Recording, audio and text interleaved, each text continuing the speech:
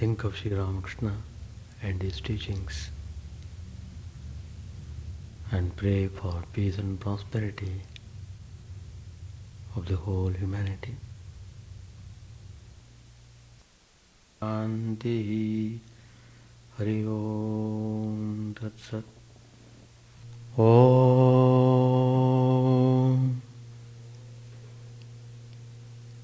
Stapakaya Dharmasya Sarvadharmasvarupine Stapakaya Dharmasya Sarvadharmasvarupine Avatar Varishtaya Ramakrishna Te Namah. Asato ma sadgamaya tamaso ma jyotirgamaya asato ma sadgamaya tamaso ma jyotirgamaya Mrityormamritangamaya. Om Shanti Shanti Shanti. Let us bow down to Sri Ramakrishna, the embodiment of all religions, the Supreme God Incarnate. Let us pray to Him to lead us from unreal to the real, to lead us from darkness of ignorance to the light of knowledge, to lead us from death to immortality. We have been studying Gospel of Sri Ramakrishna and discussing his teachings in great depth. How Sri Ramakrishna has clarified everything about spirituality. Knowledge is infinite. Knowledge is supreme. Knowledge is bliss. So, it is through knowledge why we dispel the darkness of ignorance. So it's very clear, as long as we are in the state of ignorance, we will be suffering all the time.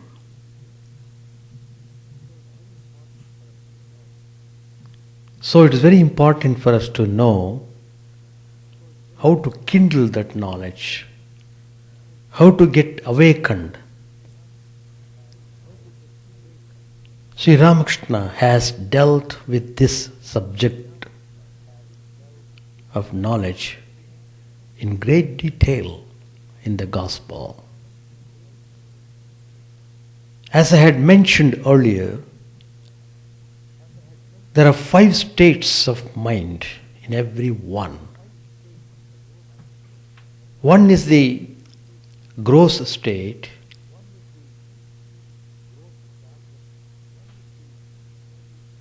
Jagrat Avastha, then is Swapna Avastha. The second level is dream state. There is another level, Sushupti state. It is dreamless state. Then there is the fourth one, Turiya state. A state where you experience tremendous calmness and tranquility.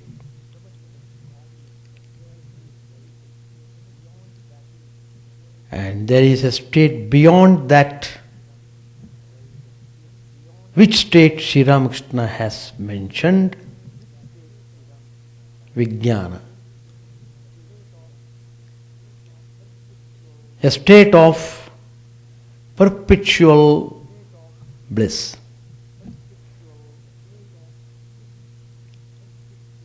It is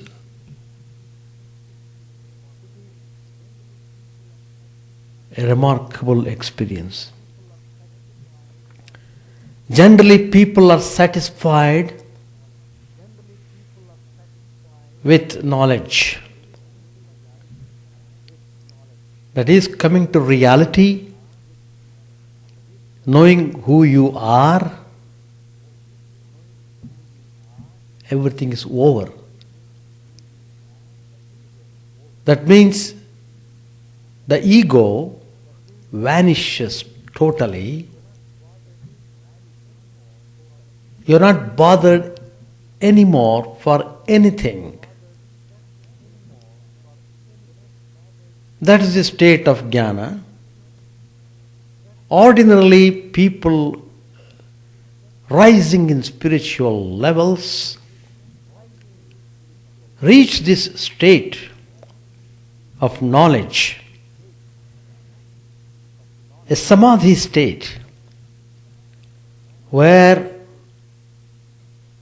the mind merges in the supreme consciousness.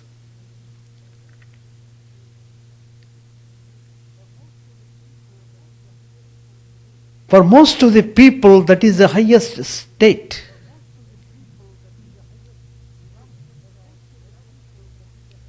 Sri Ramakrishna tells there is a state higher than that. That is the state of Vijnana. Sri Ramakrishna himself had passed through all these different levels of mind. In every state he experienced spiritual glory of the divine power.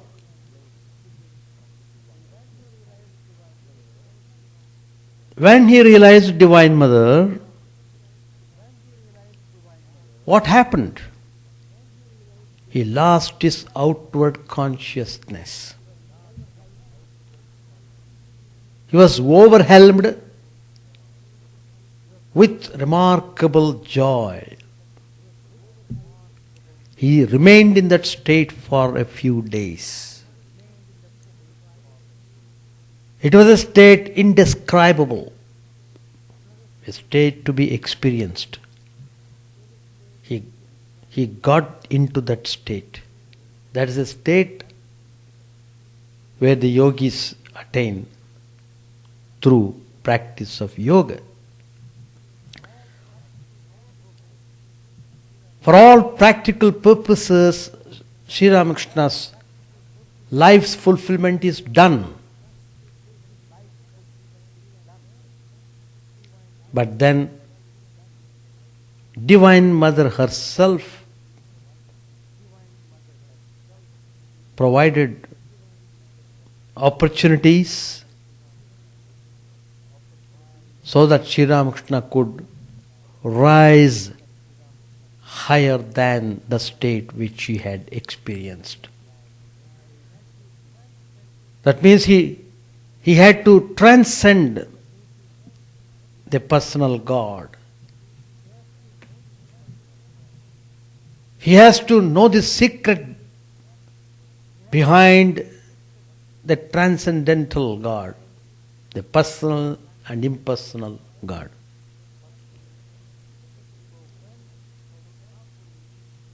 So when Totapuri, the great Advaitist, initiated Sri Ramakrishna into non-dualism, Sri Ramakrishna did experience rising his mind from the state of personal God into the state of formless one. Formless God. He was absorbed in deep samadhi, not to come down. No indication of coming down from that highest state. His Guru Totapuri was little worried. What happened? How is it? I did sadhana for 40 years.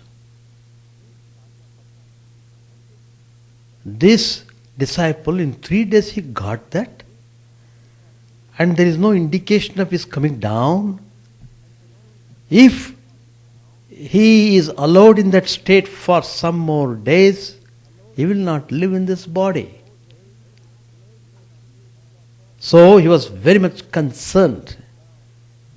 He had to bring him down to the level of ordinary consciousness. So he thought for a while, then he began to chant Om, Om, Om, Om, Om, Om, like that. Omkar. He chanted in the ear of Sri Ramakrishna. Om represents both impersonal and personal. So when he chanted that mystic formula, Sri Ramakrishna showed the signs of coming down. And then Sri Ramakrishna was full of joy, full of peace, full of all experiences. You can ask anything about spirituality.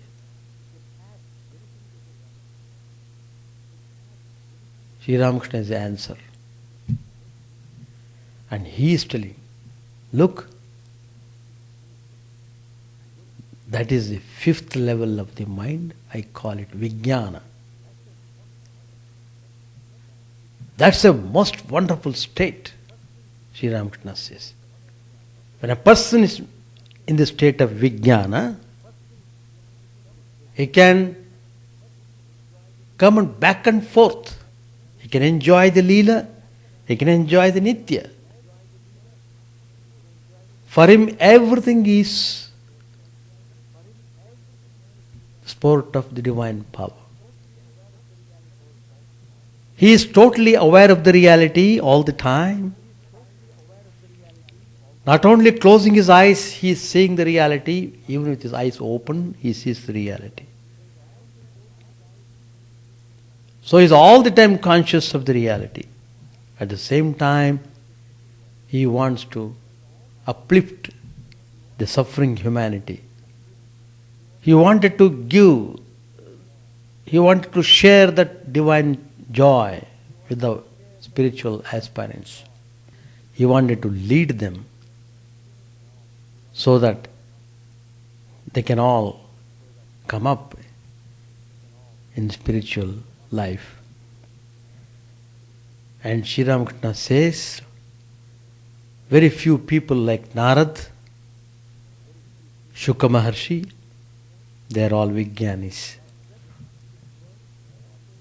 They are just in this world to help the people, to help the humanity, to help those who want that higher knowledge. So, the vision of Vijnan is a unique one and a spiritual realization par excellence. There was a great scholar by the name Shashadhar. There's a chapter in the Gospel, very interesting dialogue between Sri Ramakrishna and Pandit Shashadhar. He was a follower of the path of knowledge.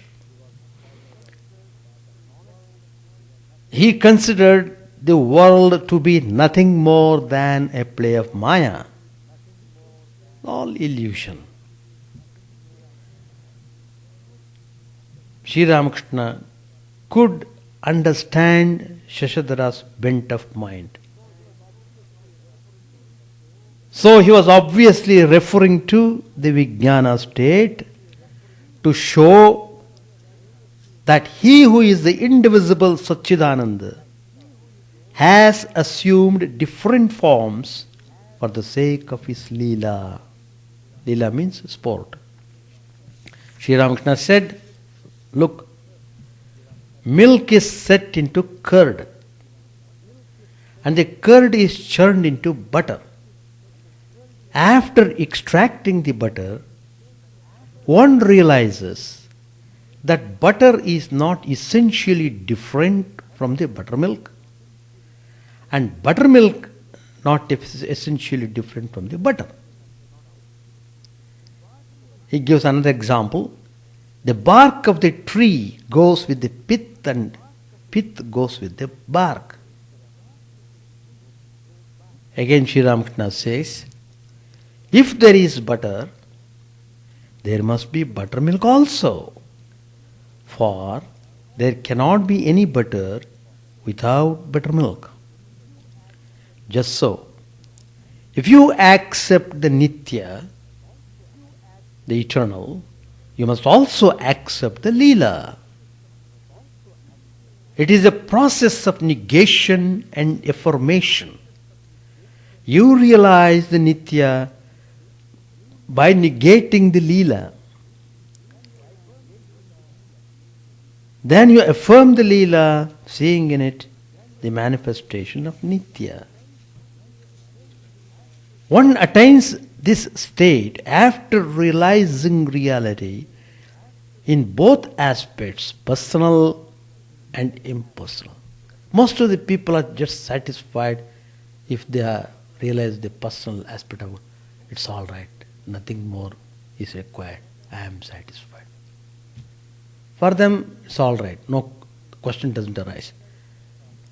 Even among the spiritual persons, those who have realized the truth, various categories are there. All are not at the same category.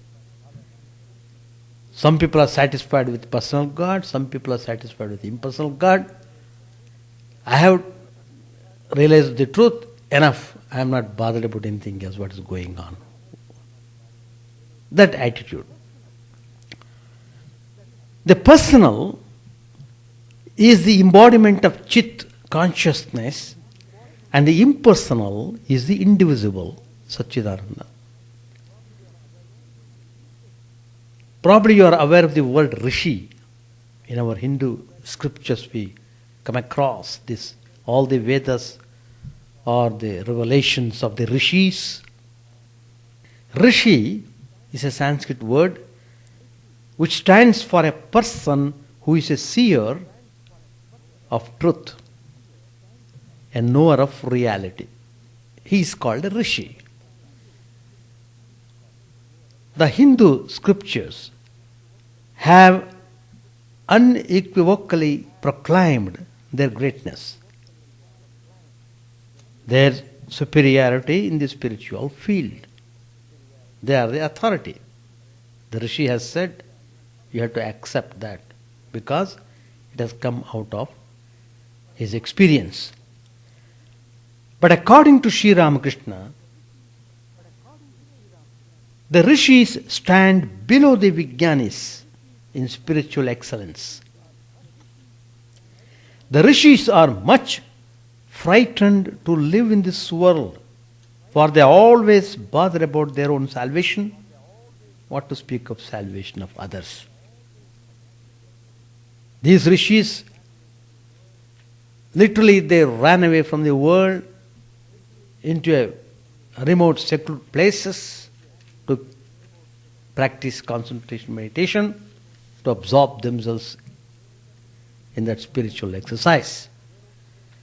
They are very much careful about their own destiny, lest they should get entangled in bondage. Sri Ramakrishna gives an example. A hollow piece of driftwood somehow manages to float, but it sinks if even a bird sits on it. But sages like Narada are like a huge log that not only can float across the other, but can carry many animals and other creatures as well. Sri Ramakrishna gives another example. There is particular game, it's called as Satranj. A novice throws the dice with a trembling hand. He is not sure of the number that will come to his lot. One may lose the game in his typical fear. But an expert throws the dice and he is sure that he would get his required number, and he is confident of winning over the game, and he instantaneously gets it. And while playing, he even whirls his mustache in joy, for he knows for certain that victory is in his hand. Sri Ramakrishna compares this man to Vijnani. Vijnani is such a clever player in the game of life. Life is a game. He has no fear of being entangled in bondage, for he knows he has gone far beyond the worldly maze. He can also make others liberated. Jnani, a man of ordinary knowledge, is always in fear about this world as it appears to him to be a framework of illusion. He is not happy nor contented in his present state. World seems to him to be always deluding. It is Maya which must be surpassed. But the same world appears to be a mansion of mirth to the Vijnani. See how Sri Ramakrishna draws difference between Jnani and Vijnani. A man of ordinary knowledge, a man of super knowledge. For the Vijnani sees Chaitanya alone, that is consciousness, and Chaitanya everywhere. And so Vijnani is full of merry mirth and bliss. All the time he is like that. We had in recent times Ramana Maharshi. He was a Vijnani, always peaceful and cheerful, blissful. Unlike a Jnani, Vijnani is calm and tranquil while living in this world. He has passed through Leela state and transcended even Nitya. As a result, he sees them from a higher angle of vision. Now, I am concluding this chapter of discussing Vijnana, which is the highest state of experience which we should aspire for as disciples of Sri Ramakrishna, students of Sri Ramakrishna, whatever you may call. One may enter into a critical examination of the state of Vijnana. He may question the possibility of the state and its validity. The most difficult question relates to the ego of the Vijnani. How does the ego, which is totally destroyed with its cause in Samadhi, reappear? That's a pertinent question. How can the ego destroyed come back again? The argument seems to be very weighty when the ego is considered in the light of non-existing now and later on existing. But the point rests upon a different footing. That is, to know that it is non-different from Brahman. Sri Ramakrishna says, you may cut down the Ashwatha tree, but the next day sprouts shoot up. So also, the I never disappears. After the state of Samadhi, it comes up, nobody knows from where. You dream a tiger, then you awake, but your heart keeps on palpitating. Hence, the Vijnani maintains an attitude of love towards God. The ego that is retained in Vijnani is a semblance, a mirage, and cannot cause any obstruction to the knowledge of Brahman. Just as a piece of art seems to represent a true state of affairs, but in reality it possesses no living force, so also the ego of Vijnani is a mere outline having no worth in itself. Sri Ramakrishna says, the ego of knowledge and the ego of devotion can do no harm. It is like the reflection of a face in a mirror. The reflection cannot call names, or it is like a burnt rope which appears to be a rope but disappears at the slightest puff. It is an ego only in name. So, Maharshis like Narad, Shuka, they had this kind of ego. Their ego is nothing but the instrument of the divine power, and they are always there to help the spiritual aspirants to rise to that highest state of Vijnana. When Parikshit Raj, the story comes in the Bhagavad, was about to leave his body in 7 days by the bite of the serpent. Shukadeva came there to teach Bhagavad. That's how we got the great Bhagavad Puran. And by the time it was so arranged in 7 days, Shuka Maharshi could finish the whole Bhagavad. And when it was done, Parikshit Raj was in ecstatic state. And he just left his body. Of course, he was bitten by the serpent. There's a big story behind it. Anyway, Mahatmas, holy people are always there to help. Always there to help.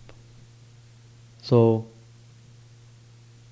that's the beauty of spiritual life. Chapter 30, we are starting a new chapter. The Master in various moods. Sri Ramakrishna was sitting in his room at Dakshineshwar.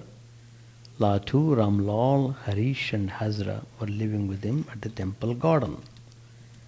Manilal Malik, Priya Mukherjee and his relative Hari, a bearded Brahma devotee from Shibpur, and several Marwari devotees from Calcutta were in the Master's room. Mandal was an old member of the Brahma Samaj. Master said to Manilal and the others, it is wise to salute a person mentally. What need is there of touching his feet? Mental salutation does not embarrass anybody. The attitude that my religion alone is right and all other religions are false is not good. I see that God Himself has become all these men, images, and salagram. I see one alone in all these. I don't see two. I see only one.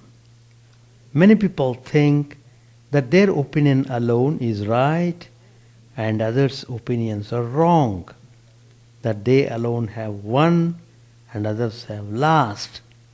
But a person who has gone forward may be detained by some slight obstacle, and someone who has been lagging behind may then steal a march on him.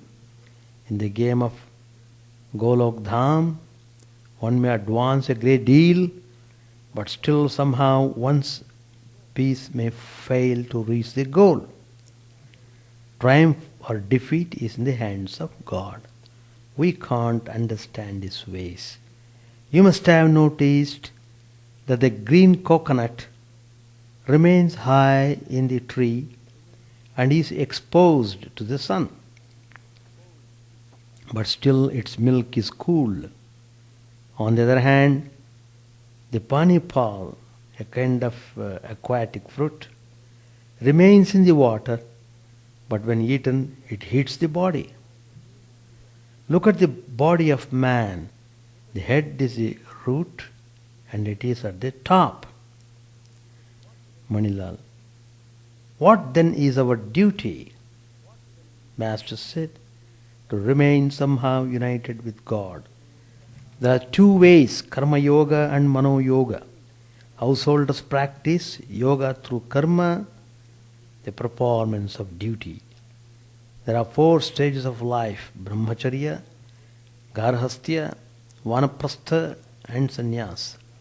Sannyasis must renounce those karmas which are performed with special ends in view, but they should perform the daily obligatory karmas, giving up all desire for results.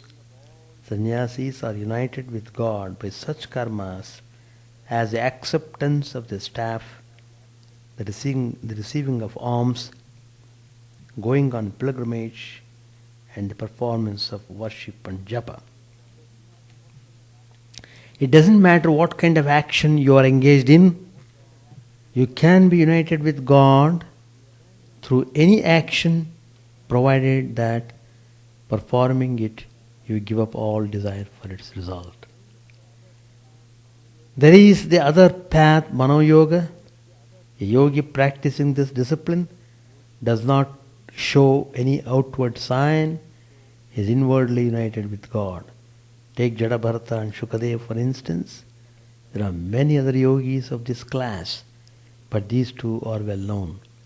They shave neither hair nor beard. All actions drop away when a man reaches the stage of the Paramahamsa. He always remembers the ideal and meditates on it. He is always united with God in his mind. If he ever performs an action, it is to teach men. We should stop here. So, to get rid of darkness, bring the light of lamp of knowledge, lamp of light. So, that's the spiritual life means lighting the lamp of knowledge. That's called spiritual life. Then all the problems get themselves solved. We don't have to worry about the problems anymore. Let the problems worry themselves. Let us not be associated with the problems and transfer that worry upon us. Knowledge is supreme. Any question to ask? Alright, we shall stop. Chant the name of the Lord and His glory unceasingly, that the mirror of the heart may be wiped clean and quench that mighty forest fire, worldly lust raging furiously within. Own name streamed down in moonlight on the lotus heart, opening its cup to knowledge of thyself. O self, drowned deep in the waves of His bliss, tasting His nectar at every step, bathing in His name, that bath for weary souls. Various are thy names, O Lord, in each and every name thy power resides. No times are set, no rites are needful for chanting of thy name. So vast is thy mercy, how huge then is my wretchedness, who find in this empty life and heart no devotion to thy name. O my mind, be humbler than a blade of grass. Be patient and forbearing like a tree. Take no honor to thyself, give honor to all. Chant unceasingly the name of the Lord. O Lord and Soul of the universe, mine is no prayer for wealth or retinue, the playthings of lust or the toys of fame. As many times as I may be reborn, grant me, O Lord, a steadfast love for thee. A drowning man in this world's fearful ocean is thy servant, O sweet one. In thy mercy, consider him as dust beneath thy feet. Ah, how I long for the day when an instant separation from thee, O Lord, will be as 1,000 years, when my heart burns away with its desire, and the world without thee is a heartless void. Prostrate at thy feet let me be, in unwavering devotion, neither imploring the embrace of thine arms, nor bewailing the withdrawal of thy presence, though it tears my soul asunder. O thou who stillest the hearts of thy devotees, do with me what thou wilt, for thou art my heart's beloved, thou and thou alone. O Lord, lead us from the unreal to the real, lead us from darkness to light, and lead us from death to immortality. May all be free from dangers, may all realize what is good, may all be actuated by noble thoughts, may all rejoice everywhere. May all be happy, may all be free from disease, may all realize what is good, may none be subject to misery. May the wicked become virtuous, may the virtuous attain tranquility, may the tranquil be free from bonds, may the freed make others free. May good betide all people, may the sovereign righteously rule the earth, may all beings ever attain what is good, may the worlds be prosperous and happy.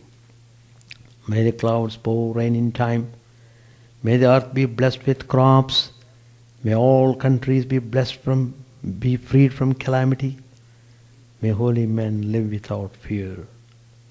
May the Lord, as the destroyer of sins, the presiding deity of all sacred works, be satisfied. For he being pleased, the whole universe becomes pleased. He being satisfied, the whole universe feels satisfied.